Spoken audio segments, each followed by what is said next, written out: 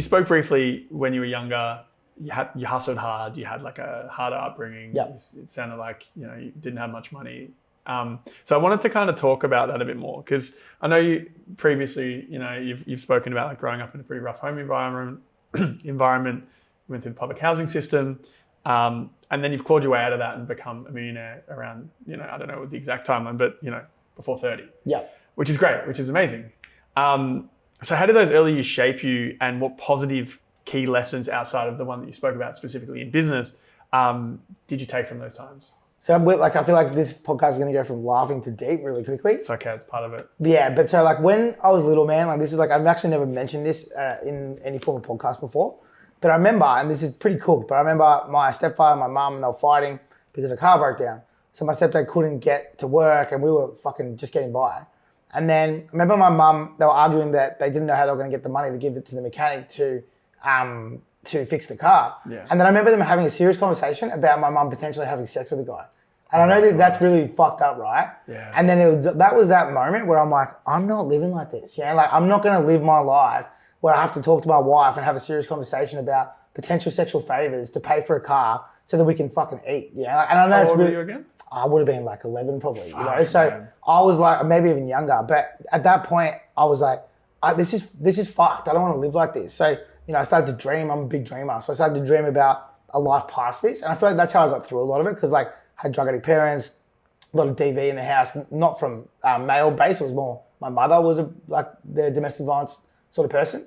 And then it was just a very, very like we were poor and a shitty upbringing, a lot of mental health issues and all this sort of stuff. Like, it's its own story in itself, like a cycle, whatever. And then I just dream of this better life. Like, and I always been dreaming of this better life. And, and people would think that I was a dreamer because like how, and at this time I was a bad kid too. Like I wasn't a good kid. I wasn't a bad kid. I don't believe in bad kids. I believe in kids in shit circumstances. Yeah. So I was acting out or whatnot. Which makes sense. Yeah, like I think it's, you can't get attention at home because all these things are going on. So you start doing bad things to get attention elsewhere. But during that period, and I guess maybe that's how I figured out this model so quickly because I was like desperate to move on. And then my friends always had Rip Curl, and I know this is such a first world problem, but they had like all the brands back then, and I just never had any access to it. I couldn't buy CDs, I couldn't do whatever. And my friends used to call me Bilo Boy because our family used to buy all this shit foods. Mm-hmm. And then I was just like, when I grow up, like I'm gonna not have this. This is not gonna be my life. And then I feel as though that was the motivator for me to learn. But in saying that, I dropped in and out of it. So I kept going back into cycles where I'd do drugs and I would muck up and do crime effectively, and then sort of be in college gates and drink with them every day and live like that, and then I'd get out and I'd be good again, and then I'd fall back into the same sort of cycle. So it took me a while to get out of it, but the lesson I guess that I learned was want and just being like, I'm a storyteller, like that's my thing now. But I'm also a writer. I used to write a lot, which no one would actually know. But when I was little, I used to do the same thing. So I used to write these stories, and that was like how I escaped the fighting in the background. So I'd be in my room with a pen and a pad back then, writing these like fucking stories and yarns, and they were full mythical and like make believe, but that's how I escaped. Yeah. And the music was an escape for me because I'd listen to them stories, and like my love of music is actually not sound, it's actually story, which weirdly enough, dance music is sound, but most of my favorite songs are like stories. But I just at that point when I was living and hearing those things, I was like, this is not my life. Like this, and that's how I think I got through it because I was like, it's only temporary. I've only got to get to 16 or 17, then I'm going to live this life. And I remember driving past big houses with my sister, and I'd point at mansions. And I'm like, I'm going to live in that. And they were the things I used to say, and like now they've transpired. And we laugh about that sometimes too. She's like, all those things when we were like 10, you'd be like, I'm going to do this, I'm going to do that, I'm going to travel the world, I'm going to do whatever. And it's like, I've done it. So I think it was this unbelievable belief that I could and that I would. And the reason why I think I did that and why I was so strong was because that was how I dealt with what was going on. That makes sense. Yeah, definitely. Yeah. Where do you think that confidence came from? I don't know, man. I'm like, when I was growing up, I believed that I was different from forever, as long as I can remember. Like maybe I'm delusional, I don't know. But when I was born, I was just like, I don't know, I'm different than everybody here. But not in a bad way, like when I was arrogant. I was just like, there's something special about me. So like from my from memory, I just remember thinking that I was like special. And I don't know why and that happened because like, there's a lot of things that were against me.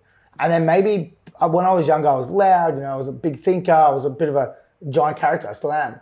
But people would always be like that, like, oh, fuck, you're a giant character. Like, you're very, very unforgettable. So I think that those little compliments that would come in from teachers or family or people's friends or whatever would just continue to like, I'd just eat them up. And then I was just like, there's something special about me. There's something special about me. So because of that, when I had these delusional, well, not delusional because they became reality, but these thoughts that, you know, some would look at delusional, I was like, wow, you know, I'm not the same as every other kid who didn't do it. There's something special about me. But I don't know where that come from. And it's funny because I obviously interview a lot of musicians now, successful ones, and they all say they felt the same when they were kids. So don't know why, man. Don't know why or how, but there's something that is born in some people that they just believe that they're due for greater things. And I believe that. And I do not remember ever not thinking that. So from my first memory, I just remember thinking like, big things are going to happen to me. And even as things have gone and, you know, we talk about how crazy my life has gotten, in my head, I still think that there's more to come. Yeah, like I just generally, I'm in my head, I'm like, oh, this is the beginning. It's going to get bigger. I don't know what it's going to be, but I'm destined for something, but I don't know what. And I've had that feeling since I was born. Yeah. I mean, I feel like that, especially with this podcast, like this form, it's a long, slow grind, but I'm just doing it because I just know it'll work eventually. Yeah, I think you have to. Like, and that's the same as me going through the same feeling that you have with this, which is like founded, is the same feeling I had going through, you know, domestic violence and public housing and all that sort of shit. Was it was like, it's gonna work eventually. Like that's how. Don't know what, don't know how, but I'm gonna figure it out. Yeah, there's a. I mean, it's not on the same intensity, but I grew up there was a period of time when my parents got divorced and mum was, you know, raising 2 kids by herself, and I've got a similar, well, not on that level, but I've got a story where I had something similar happen where I realized what you could do with just like a bit of showmanship and a bit of like energy. I was this, you know, those chocolate boxes that you have when you would like sell the chocolates as a kid. Yeah. So mum didn't have the money to pay for my basketball game that night, and we had the chocolates, and she was like, "Just sell the chocolates, go on the street." I would have been like 8 or 9, maybe 10. So go on the street, go door knocking, sell the chocolates, and then I'll put the money back in the thing. So I was like, fuck it. I was like 10 years old. I take the chocolates and instead of selling them for $1, I like put some charm on and sold it for $2 and then pocketed the difference to pay for the game. But it was a moment where it's like, you're a 10-year-old kid. You figure it out. And you're figuring shit like that out. You're walking up to people's front doors in Geelong at the time. It's stuff that like doesn't happen to a lot of people, I feel like. You get thrown so far in the deep end, you have to figure it out. I think everybody can, I just don't think they can. You know, like that's my thought process. Like I'm a real lover and believer of humans. And like when someone's like, I can't, I'm like, you can. You just don't want to, or you're not letting yourself allow you to think you can. Like nothing's impossible. Like, you know, the feats and things that I've done, from personal to just insane things, like fucking bungee jumping, boxing, you know, diving, all this sort of shit. It's like, I just believe I can. You know, like that's the only difference between me and everybody else. And I don't think that I'm special in the sense that, you know, yes, when I grew up, I thought I was different, but it's like anyone can. I don't look at someone going, it's like, a good example is running. And I know you've done the thickest Steve together. Thickest Steve, yeah. It's like, everyone's like, I can't run a K. It's like, well, no, you can. Every single person in the world can. Yeah. You just got to fucking try. Yeah. So that's how my big belief is, that I feel like people are way stronger than they think they are. Yeah. And I believe that when you have a situation like that where you've got to figure it out, you always will. And that's everybody. There's probably an IQ point where maybe they can't or something like that. But at the same time, it's like tough times make tough people. Yeah. And that I truly believe that everybody has the same power as I do. No, I'm no different than them. Yeah, the running thing was an interesting one because I had the same belief of like, I'm not a runner. I can't run. I fucking hate running. And then had nothing else to do during COVID. And it's like, oh, well, maybe I'll run. And then, 2 kilometers went to 4, which went to 5. And then I'm like, I've never ran 5 kilometers before. And then went to 8. And then it's like, oh shit, I'm at 12. Oh, wait, I'm at half marathons, 21. I can do this. I could probably do this. Yeah. And it's the best one. Like running's like the best thing because it's like everybody says it. And then like you can't, like every fucking human, as long as you can run, like you got legs, they're functional, you can run a half marathon. You just got to train. Yeah. And that's like, if you kind of put that as a metric of life, like that's how I look at things. It's like, it's got to start, and there's nothing you can do multiple times that you don't get better at. Yeah, that's exactly There's right. 0 things in the world. Like if you do anything 100 times, you'll be better than the first time you did it. Doesn't matter what it is. Yeah, definitely. I mean, that leads into my next question of like the tough environments that you grow up in. You can go one of 2 ways. You can become like a hard ass and able to just like get shit done, or you can get crushed. So, and I've met people on both sides of those spectrums, and So how did you end up unlearning any like self-doubts and any negative beliefs that might have like crept up over the years? And what would you say to, maybe your kids now that you are teaching how to navigate the world? If those kind of negative beliefs of a situation where they can't do something and they don't believe that they can like achieve more than their current existence, like what would you say to those people? Firstly, I'll say that like I did both, so Yeah. I did the like things where I was breaking into houses and with other kids and fighting and doing all that sort of stuff.